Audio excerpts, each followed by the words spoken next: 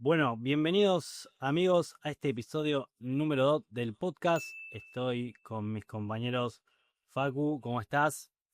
¿Cómo va? ¿Todo bien? Bien, acá andamos. Vos y con Fran, ¿cómo estamos? Todo bien por acá. ¿Y ustedes?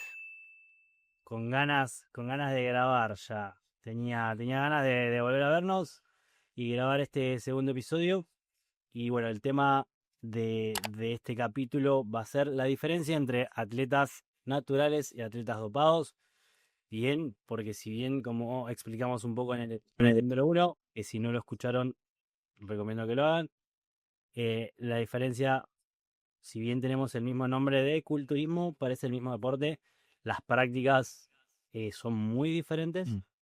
Si bien el físico se muestra en el escenario y vas a ser juzgado, sería la base del deporte es similar, pero después absolutamente todas las prácticas que van alrededor de este deporte son diferentes, así que bueno, queremos hacer esa diferenciación bien marcada y por qué nosotros estamos muy a favor del culturismo natural, no solamente como deporte ético, sino también a nivel de salud, la longevidad, el estilo de vida, la esperanza de vida, bien. Así que bueno, vamos a ir desglosando punto por punto.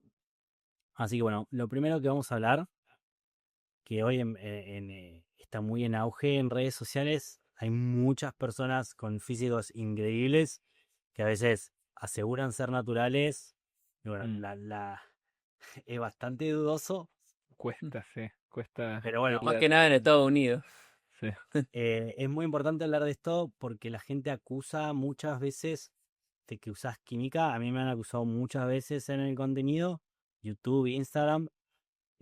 Así que yo creo que es muy importante ver qué se puede lograr, cuál es el potencial de un físico natural, cuál es el ritmo de progreso de un físico natural versus alguien que usa química. Sí, no sé si alguien quiere comenzar con esto.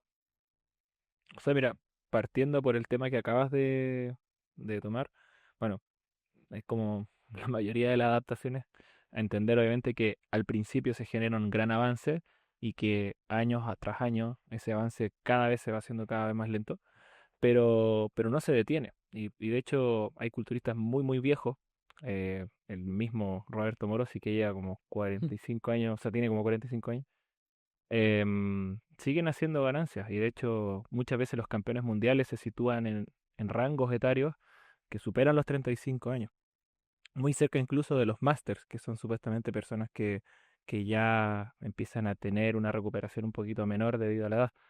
Entonces, hay que saber discernir. De repente uno ve físicos así, pero muy impresionantes, con porcentaje de grasa muy extremadamente bajo, pero de repente cuando tienen como 15 o 20 años, uno como que empieza a dudar un poco.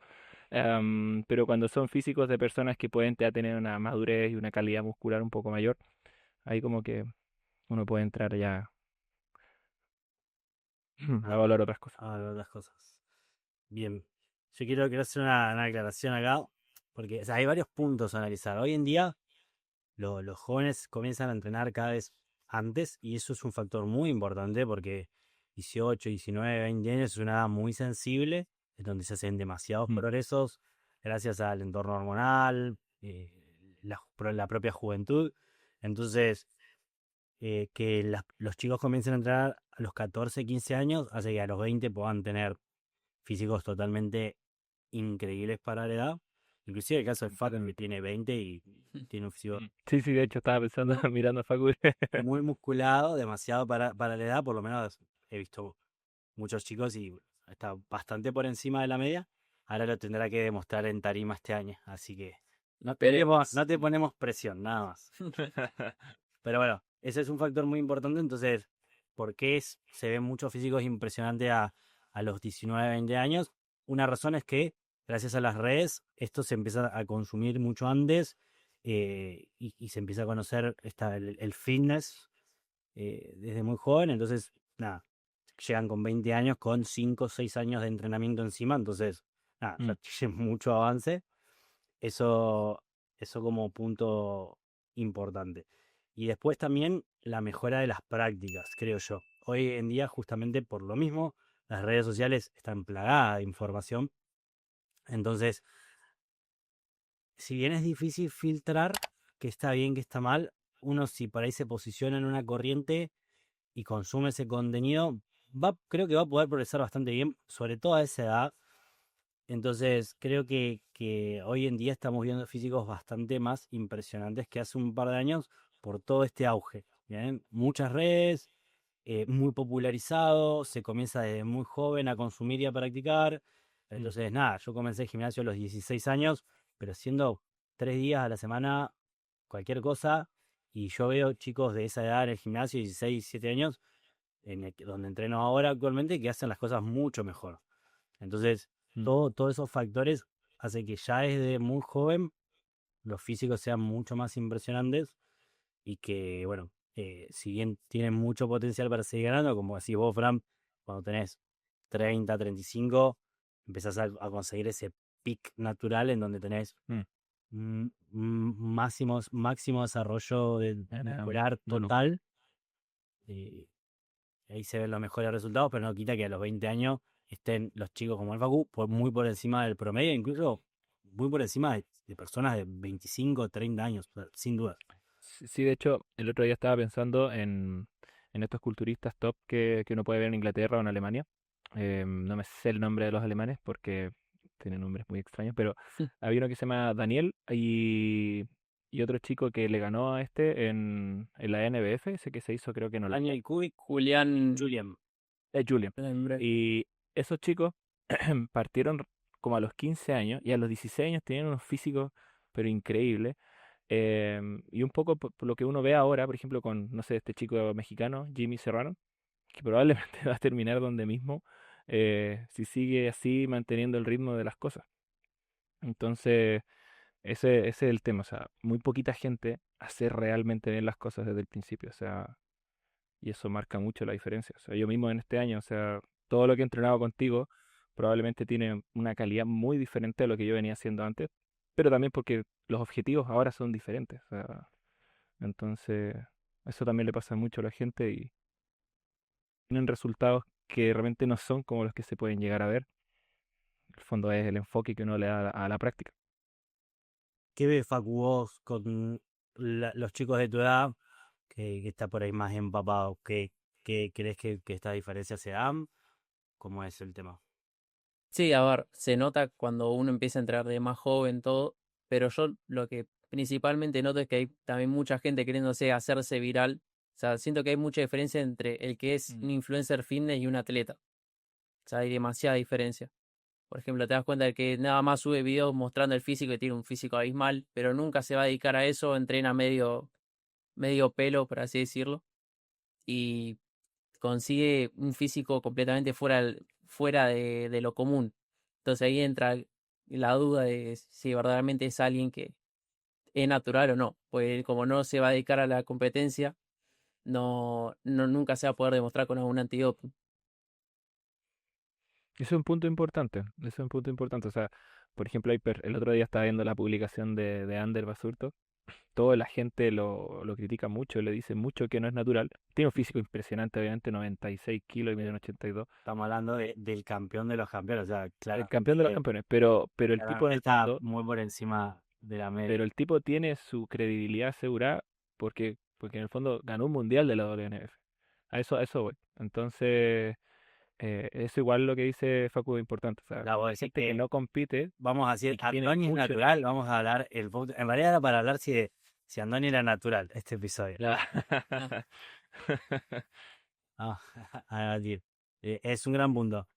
No quita también que gracias a las redes también el consumo de química es un poco más popularizado, ¿bien? Hay mucha gente que, no solamente joven, pero hay mucha gente que ahora expone y muestra públicamente qué tipo de sustancia está utilizando, dosis, etcétera. Entonces, nada, hay muchos jóvenes que lo toman como referencia y tratan de copiarlo. Eso obviamente tiene demasiadas consecuencias a nivel de salud que ya vamos a hablar, pero bueno, un poco ese punto de que está muy esparcido los dos culturismos, obviamente nosotros creo que estamos muy cegados por el culturismo natural y es lo que más consumimos, pero no quita que por ahí aparezcan o miremos otro tipo de atletas o divulgadores o personas.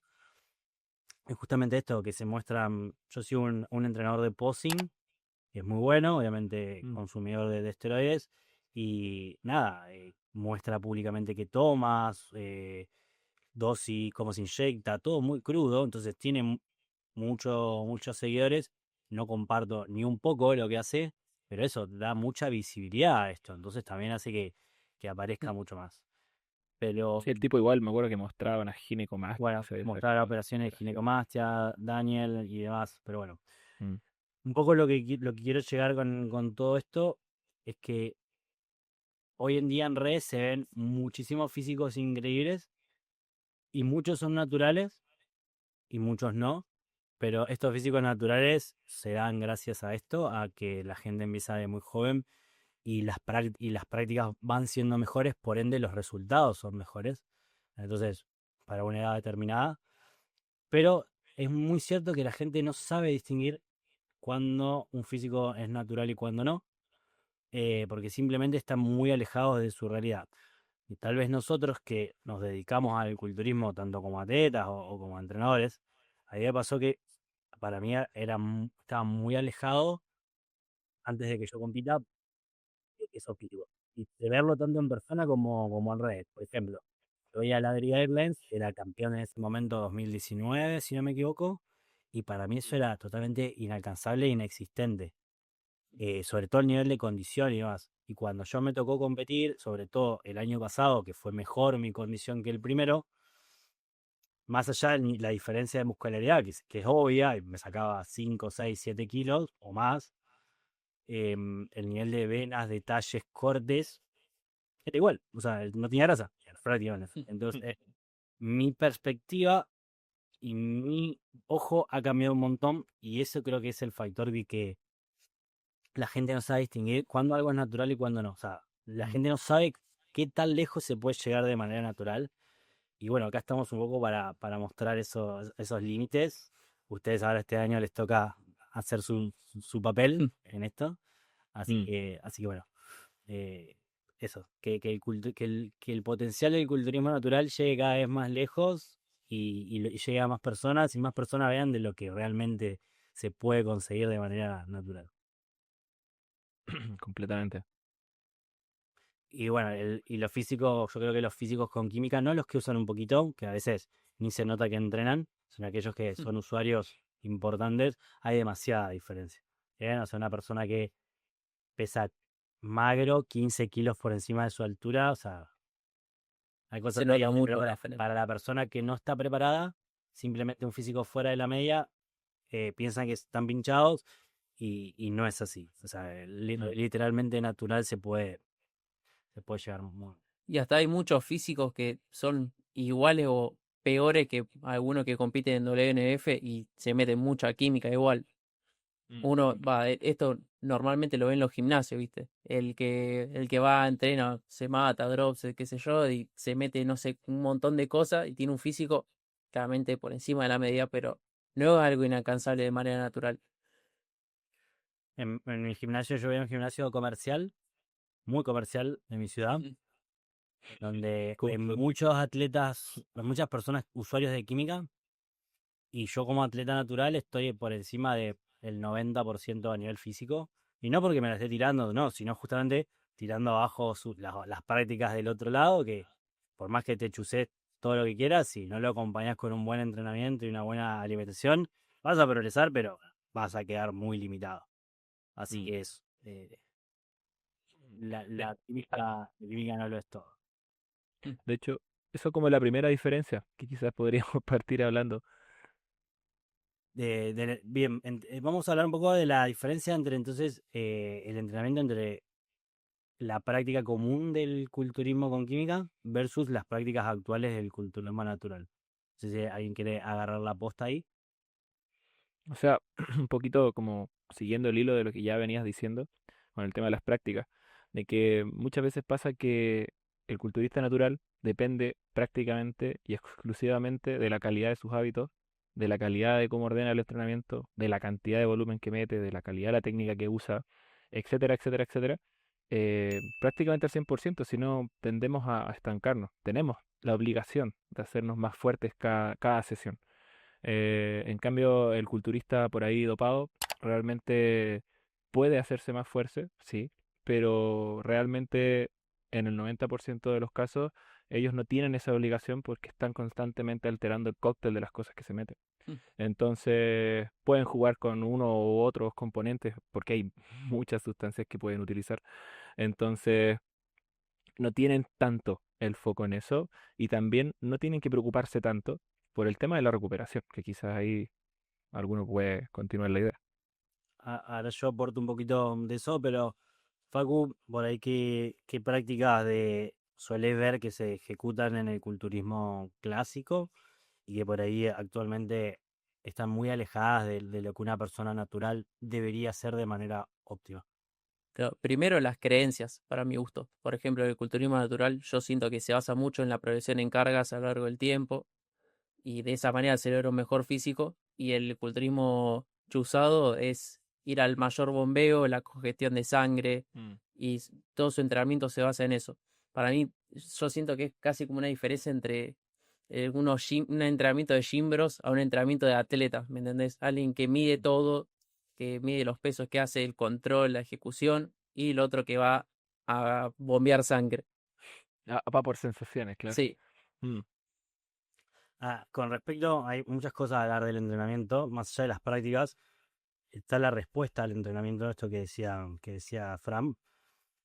Primero que una persona usuario de química tiene obviamente una respuesta anabólica mucho mayor por cada entreno, obviamente eso responde y tiene más síntesis proteica por toda la ayuda exógena. La recuperación también es mayor, pero también es cierto que sus niveles de fuerza son mayores y por ende el estrés que generan en la sesión también es mayor. Entonces, esto lo he escuchado de referentes de entrenamiento chuzado con química, que están con otro enfoque por ahí basado en ciencia, no tan de Gimbro, que por ahí una buena práctica para el culturismo dopado es por ahí no meter tanto volumen porque por la recuperación, sino por ahí meter más frecuencia, ¿bien? No más volumen por sesión, sino más frecuencia, más volumen gracias a la frecuencia.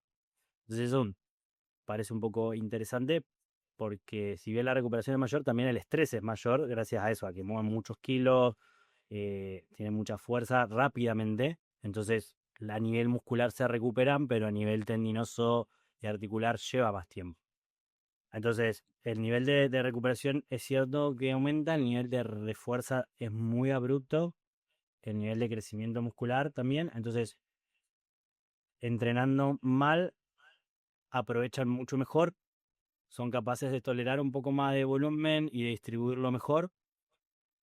Pero también yo creo que las prácticas que hacen están en líneas generales, no vamos a hablar de dos, pero muy basadas en lo empírico, eh, prácticamente sin ninguna evidencia científica, entonces hace que esté bastante estancado, por lo menos a nivel sudamericano, salvo Brasil, que Brasil tiene atletas a nivel olimpia, nada, eso, bastante malo el culturismo dopado.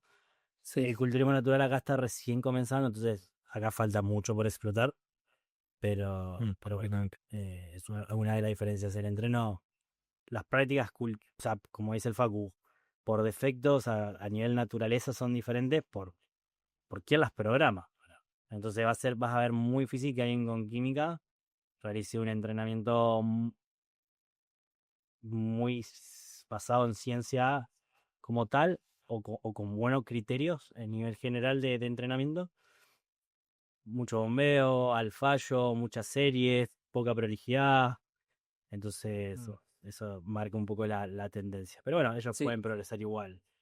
igual puede ser que pase eso también, porque en sí genera muchas más mejoras a nivel muscular, no tanto a nivel de tendones, ligamentos, o sea, como que se pueden llegar a estresar muchísimo más los ligamentos, o sea, no va, el crecimiento no va como a comparación, no sé si me explico. Si no es O sea, no, Proporcional, el resto de otros tejidos no le proporcional siguen. el crecimiento muscular con el claro, no, desarrollo. exacto. Y por eso también la tasa de lesiones que se suele ver, lesiones peligrosas. Hoy sí. Hay unos desgarros de pectoral que andan dando vueltas por internet. No. Uf. Duro, pa. Pero bueno, ¿cómo entrenan actualmente ustedes a nivel, o sea, como atletas naturales que sus prácticas son bastante buenas? ¿Cómo Mm. a nivel práctico, qué diferencias hacen con el otro culturista, con el otro culturismo? A ver, comienza tu Facu contándonos tu Dale. evento. Bueno, yo siento que la principal diferencia es el control y la intensidad que se maneja en cuanto a pesos. Sí, por ejemplo, lo que se suele ver mucho en el culturismo cruzado es ver pocos pesos a altas repeticiones, o si mueven mucho peso lo mueven mal. Sí, se ve un montón de que, no Mm. sé, hacen una sentadilla hack y hacen a mitad de recorrido o hacen boludeces, por así decirlo. No le dan un estímulo óptimo al músculo. Y en cambio, yo en lo personal siento que mejora un montón con Emma eso, de primero arrancar con las bases, armar una buena estructura en cuanto a técnicas de intensidad y todo, y de ahí empezar a meter pesos. Sí. Bueno, yo personalmente, em, bueno, hacer una pequeña definición de que en el fondo para fines prácticos, eh, hablar de que el volumen se cuantifica en series semanales por grupo muscular. Entonces, yendo como en cuadros muy generales, en general mi entrenamiento yo lo situaría como moderado bajo el volumen, o quizás moderado, en donde yo creo que máximo estoy metiendo 14 series por algún grupo muscular.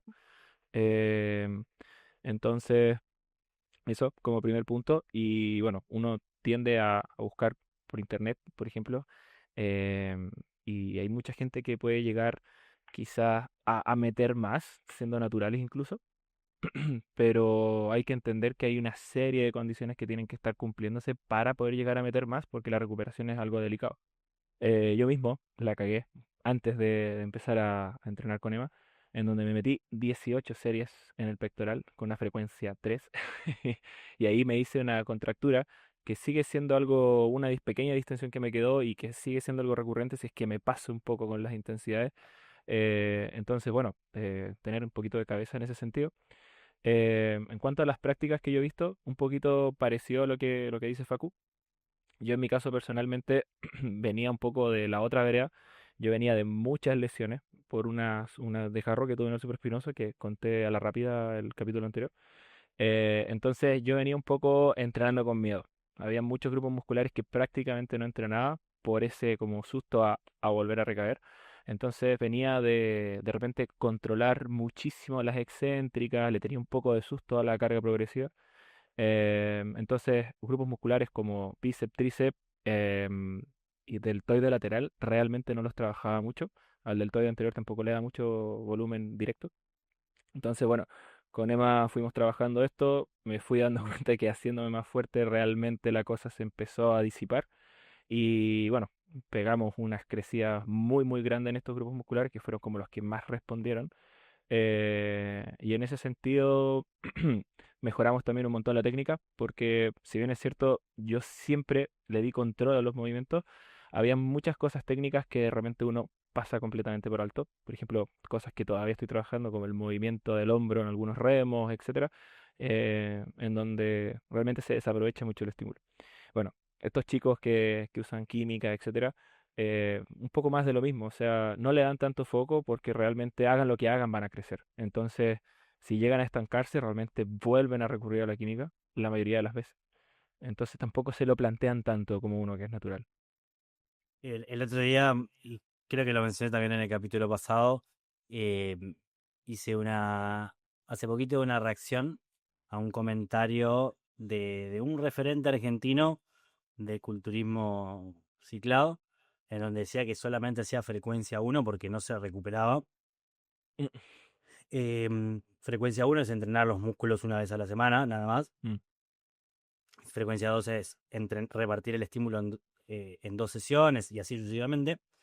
Entonces ahí claramente te da la pauta de que no saben mucho de lo que están hablando y lo que están haciendo. Simplemente se basan en prácticas que han funcionado sin preguntarse, sin reflexionar acerca de ellas y ver cómo mejorarlas. Que ese es un poco Mm, lo que está pasando, que pasa en el fin acá en Argentina. Se repite sin buscar ese cuestionamiento de, bueno, esto es lo que más resultado nos está dando, qué podemos mejorar, etcétera. Mucho del culturismo natural no solamente se basa en la práctica, sino también en la ciencia. No es lo único, no somos bro science, porque, mm. porque ponemos ponemos lo que hay que poner en la vida real, nos jugamos la piel y ponemos en práctica y ajustamos en base a nuestras experiencias también. Yo he aplicado mucho eso.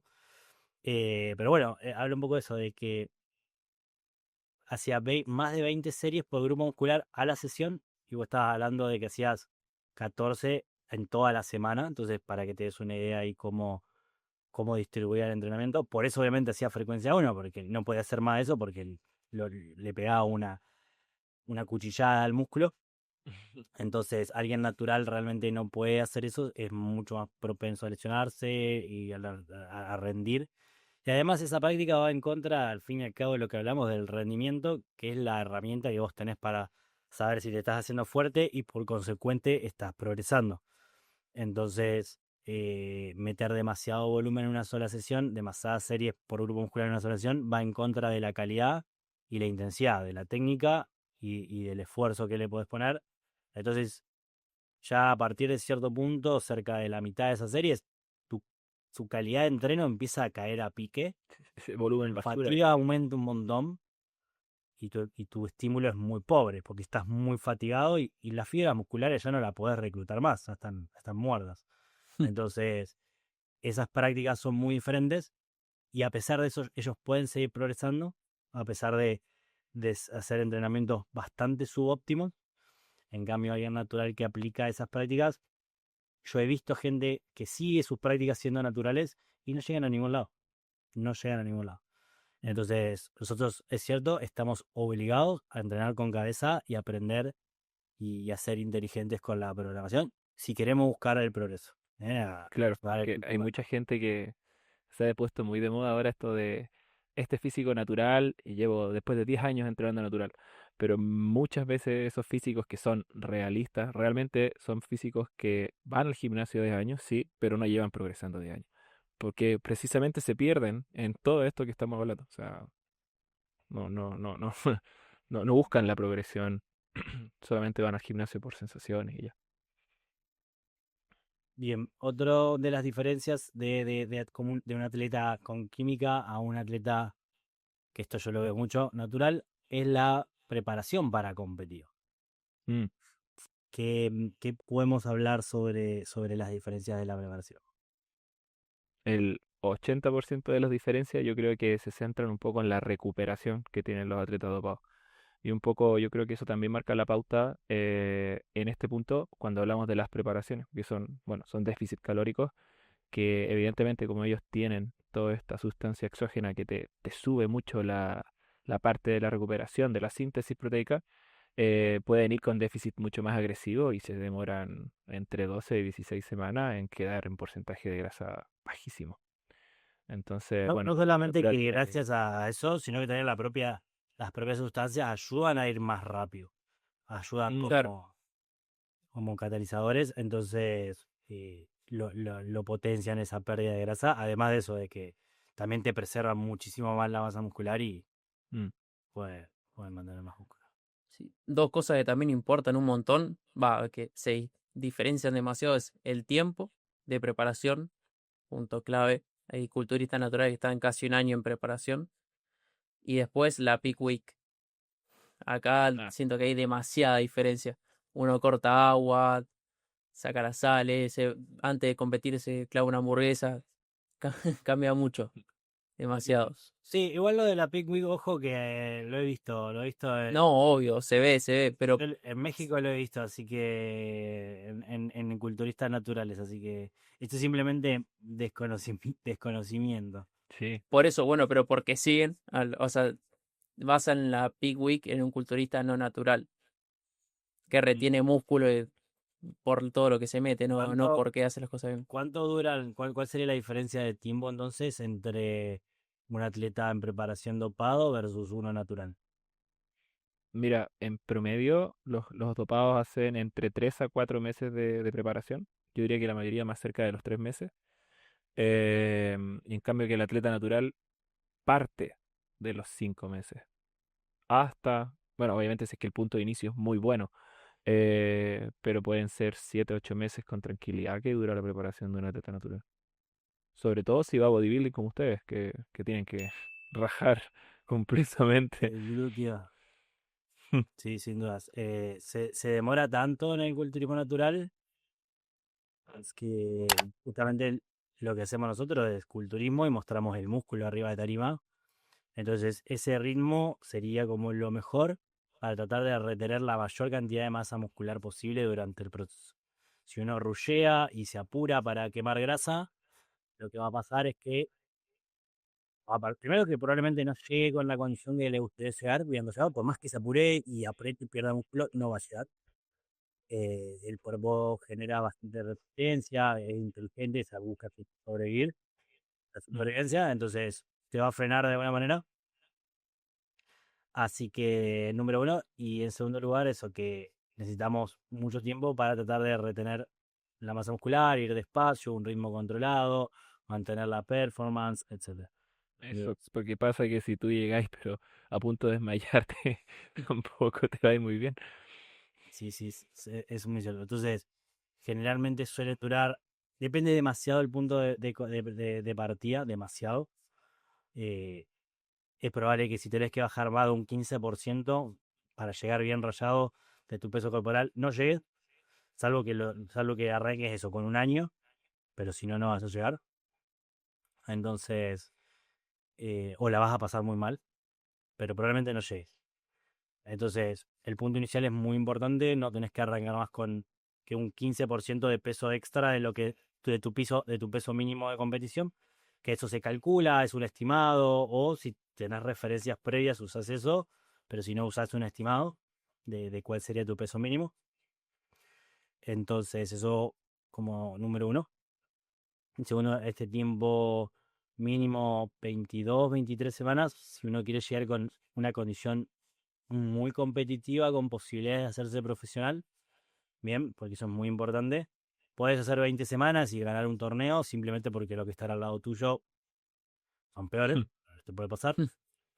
Pero si vos querés eso, ser muy competitivo o en ligas competitivas o tratar de ser profesional, que tenés que ser literalmente el mejor de tu categoría para ser profesional, eh, mínimo 23, 24 semanas. Obviamente depende de esto que decís vos, Fran. Si sos mens, tal vez un poco menos, tenés suerte, la podés. Pero si sos bodybuilder o classic, no vas a llegar. Y Mm. probablemente para llegar con una condición top a nivel de mundial, sean 26, 27, 28 semanas, que estamos hablando de 7 meses. Eh, Así que eso es Sí, no, muchísimo. por ejemplo, yo estaba charlando con un chico que se tiró a INVA 2023, Junior, eh, que él dijo que partió con muy poco tiempo, que no pudo llegar con la mejor condición, y él arrancó Imba en con, Latinoamérica, claro, sí, llegó con 19, partió con 19 semanas de tiempo, pero no lo alcanzó, y era mens, entonces son cosas que realmente hay que tener muy, muy en consideración. sí, también hay que ver cómo lo lleva uno, porque he visto muchos chicos este año, 2024, perdón, que se tiraban a hacerlo solo, buscaban preparar a último momento, Mm. y no, o sea, por más que tengan el tiempo, no sabían ir o avanzar al ritmo que tenían que avanzar. O lo he visto en otros preparadores también. O sea, vos tenés un ritmo de bajada, un peso objetivo, obviamente a lo primero avanzás más rápido, después avanzás más lento, eso tenés que preverlo todo, tenés que contemplar que van a haber inconvenientes, etcétera. Pero vos tenés que ir a un ritmo y tenés que apretar. Cuando vas solo, es muy difícil apretar cuando ya tenés pocas calorías, cuando estás cansado, cuando tenés hambre. O Mm. sea, tenés que ser muy objetivo, tenés que tenerla muy clara para poder Completamente. apretar cuando estás después de 4 o 5 meses seco o bastante seco, abajo del 10% de grasa. Imagínate que estás en un 8 y querés llegar a un 5. Tenés que seguir apretando y llegar a números que probablemente nunca hayas visto. Y yo mismo lo pasé llegando a 1300, 1400 calorías, lo pasé, fue Y yo lo voy a pasar. Oh. de duro. Entonces, eso lo pude hacer claramente porque tuve un entrenador que sabía y que me empujó. Y nada, yo el 2023 que me preparé solo llegué a 2200 y me pensaba que era poco porque tenía hambre. Y llegué bastante bien, faltó un poquito, yo creo que faltó un poquito de tiempo, más allá del déficit, me faltó tiempo, algunas semanas más, porque acá el 2024 partí con varias semanas antes, bastantes, como 3 o 4, por lo menos. Y ya de entrada arranqué más fuerte, pero arranqué más pesado en 2024, en 2023 arranqué más liviano. Entonces, arranqué más fuerte, pero tuve que bajar más. Pero bueno, fueron diferencias y... Pero bueno, en los dos estuve muy contento con los resultados, así que no me puedo quejar. Grandes experiencias. Sí, en 2024 se te dio con la piel como si fuera una hoja de papel, ¿viste? Oh, Estaba rajado. el cuádriceps tenía unos Yeah. cortes así, pero Y hay muchas cosas que son muy genéticas. O sea, por ejemplo, yo no podía rayar los glúteos. Yo que estaba obsesionado con rayar los glúteos. Obsesionado. Y después me dijo mi entrenador que era muy cierto, que en realidad no lo iba a poder rayar como yo quería. Simplemente me faltaba masa muscular. Es muy importante. Entonces, mi desarrollo glúteo no era tanto. Por ejemplo, mis isquios sí. Yo tenía unos isquios que se partían. O sea, que eran extremadamente buenos. Pero a diferencia del glúteo, el glúteo tenía poca masa muscular, entonces por más que yo tenga poca piel o poquita grasa ahí, no lo iba a rayar nunca porque el desarrollo era poco. Entonces me dijo que era un punto futuro a mejorar si yo quería tener esa forma. Así que hoy en día estamos ahí, eh, full hip thrust. muchas series de glúteo. Frecuencia 3 en... Importante. Y un puesta a punto, entonces, más allá de las... ¿Qué otras prácticas podemos encontrar diferentes entre culturista natural y culturista dopado? corte de carbohidrato, corte de agua, corte de sal. O sea, siento que lo hacen todo mucho más agresivo. Sí, hay diferentes enfoques.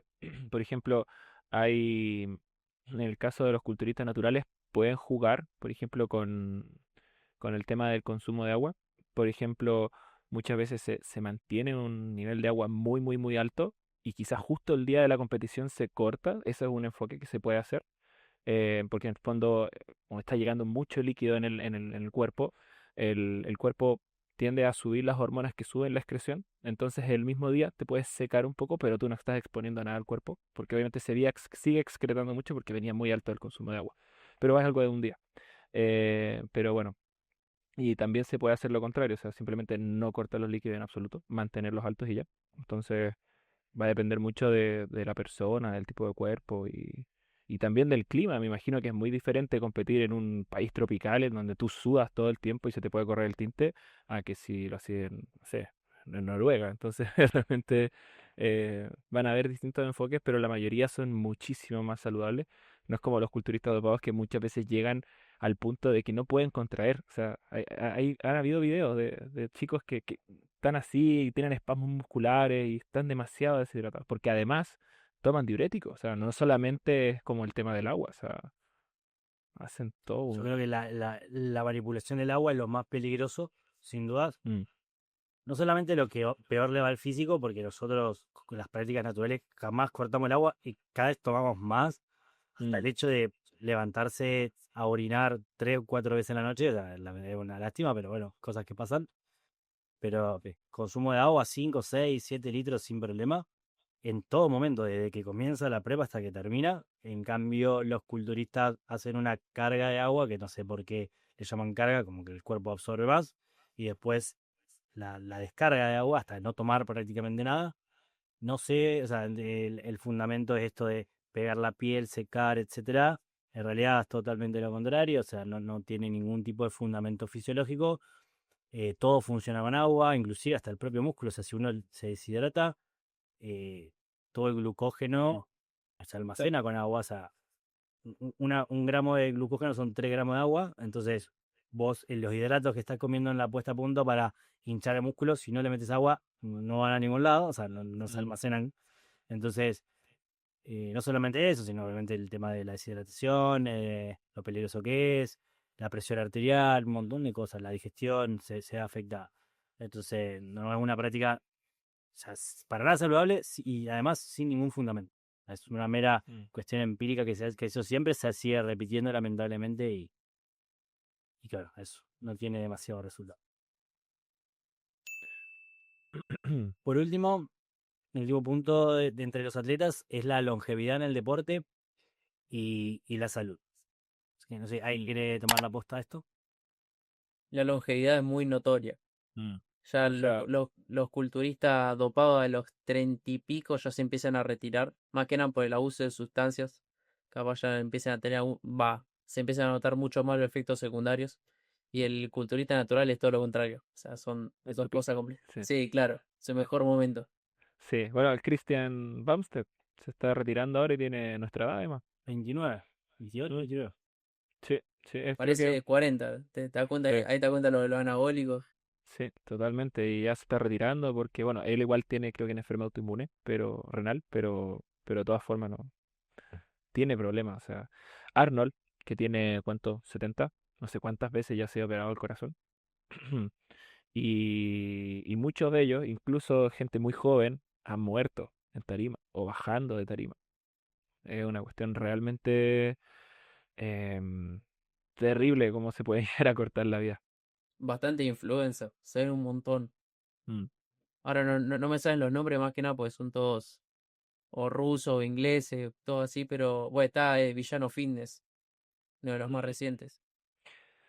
Bueno, y sin hablar solamente de la expectativa de vida, hablar de todos los efectos negativos que puede tener, o sea, ginecomastia, hipogonadismo, y todas las consecuencias que eso conlleva, o sea, Sí, sí, sí.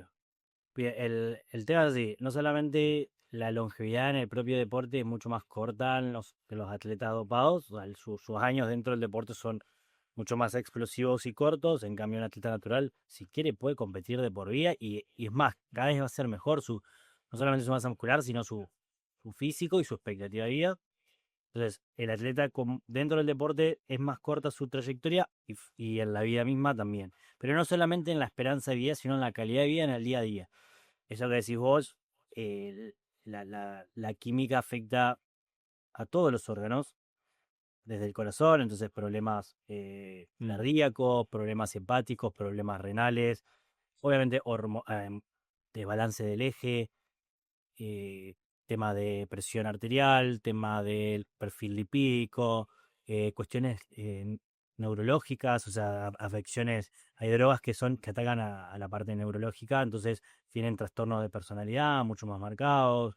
Además, el lidiar con los efectos secundarios también es más difícil, tienen problemas psicológicos, psiquiátricos, o sea, las contras son demasiado, nunca los pros van a superar a las contras, jamás. Entonces, algo que queremos inculcar nosotros desde este lado es que muchas veces se mira solamente la recompensa en el corto plazo y se ignora todos los riesgos. El otro día, ayer vi la historia de un entrenador amigo que subió un preguntas y respuestas, que alguien le había preguntado si pincharse para jugar al rugby y tenía 18 años. Era increíble. Entonces, En el rugby es, subió una o sea, historia criticando toda su decisión. Me pareció muy acertado, bien, porque él no sabe claramente a dónde se está metiendo y todos mm, los efectos secundarios que eso conlleva. Entonces, eh, en el único caso en donde respeto la decisión de usar química es si alguien quiere ser un atleta IFB pro y competir, que en ese caso es totalmente consciente y sabe a lo que se va a enfrentar y está predispuesto y quiere vivir su vida de esa manera y que viva, que viva como quiera, cada uno es libre, pero aquellos que simplemente quieren verse mejor y usan sustancia para eso, me parece bastante pésimo y bastante triste, porque primero, justamente como natural, uno puede llegar muy lejos, simplemente que claro, mejorar por las ignorancia. prácticas, Mm, hmm, mm. en lugar de gastar la plata en droga, que se la gasten en un buen entrenador y llevará un poco más de tiempo, pero no van a tener las negativas de todo eso. Así que bueno, es un poco el resumen de esto y que nunca los pros van a superar a las contras. No, no, para nada. Aparte que Y yo creo que son muy pocos los culturistas, incluso los pinchados, que viven del deporte. Entonces, realmente hay demasiados contras que no trae tantas cosas a favor. O sea, ni siquiera al sexo femenino le gusta tanto un físico así demasiado. O sea, hay demasiadas contras. Sin duda. Y además algo que no es reversible, o sea, muchos de los efectos no son reversibles, vas a tener que vivir con eso. Como te digo, el crecimiento, o sea, cuando las sustancias hacen efecto, bueno, direccionás a dónde van a ir. Por ende, todas las vísceras, órganos, en el corazón propio, Mm. eh, crecen y es algo que vas a llevar con vos toda tu vida. El otro día estaba viendo que los culturistas, los grandes, digamos, los que se ponen gigantescos, por uso de insulina, por ejemplo, el intestino tiende a hipertrofiarse también. Tienen estos como estómagos de burbuja que se les llama, Mm. tienen como redondos. Entonces, si ellos no contienen la pared abdominal, sale un estómago gigante. Tienen hepatomegalia, que es cuando el hígado tiende a crecer muchísimo más de lo que debería. Entonces, estas cosas no solamente obligan a crecer la masa muscular, sino que es como dice Emma, obligan a crecer muchos tejidos y, y pueden destruir completamente su función. Sin dudas.